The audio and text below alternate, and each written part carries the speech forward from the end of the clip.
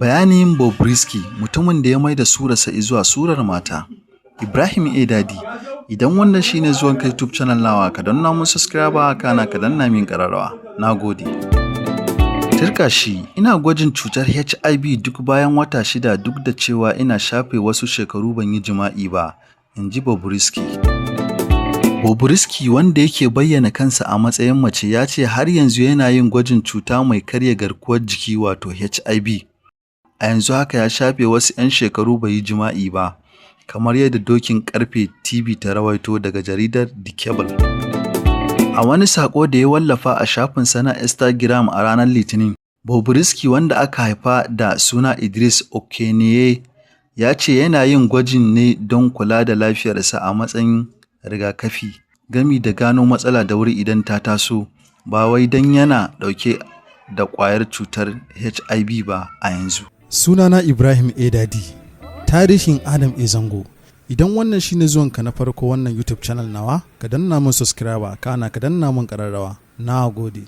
Adam A. Zango, wanda aka fi sani da Prince Zango, fitaccen jarumi, mawaƙi kuma darakta a masana'antar Kannywood.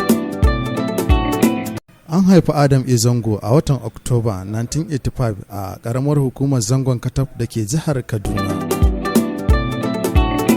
A gidan Malam Abdullahi da Hajiya Abdullahi Yalwa. Ya fito daga ƙabilar Hausawa sannan kuma musulmi ne. Duk da cewa bai yi karatun digiri na jami'a ba, ya kammala karatunsa na firamare a 1989 zuwa 1996, na sakandare zuwa 1996 zuwa 2001. Sana'a da fannin nishadi. Ya fara harkar nishadantarwa tun yana secondary school da ke Laranto da ke jihar Jos, inda ya kasance yana wakiltar makarantarsa ta harkar rera waƙoƙin Hausa da rubutun wasan kwaikwayo. Waƙa da fim. Ya fara aikinsa ne a matsayinsa na mawaƙi kafin da bisani ya fara harkar fim. Fim ɗinsa na farko shine Surfani. Daga bisani kuma irin su Kallabi, Zabari, Raga, wannan fina-finan ne suka fara haska tauraruwarsa.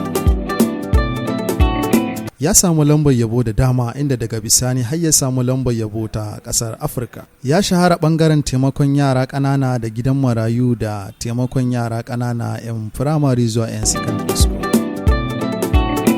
Rayuwarsa ta kashin kai da kai. Adam A. Zango ya yi aure a lokuta daban-daban, inda ya aure 'yan mata daban-daban ciki har da jaruman masana'antar Kannywood, inda ya haɗa da jarumai masana'antar Kannywood ciki har da jaruma Maimunatu, wacce aka fi sani da Salamatu ta cikin shirin Garwashi. Shi ma abocin hatsarurruka ne kala-kala, sai dai Ubangiji Allah yana kiyaye shi. Adam A. Zango yana da masoya daban-daban a Najeriya, jihar Kano da ko'ina a faɗin Arewa. Adam A. Zango mutum ne mai son al'umma, yana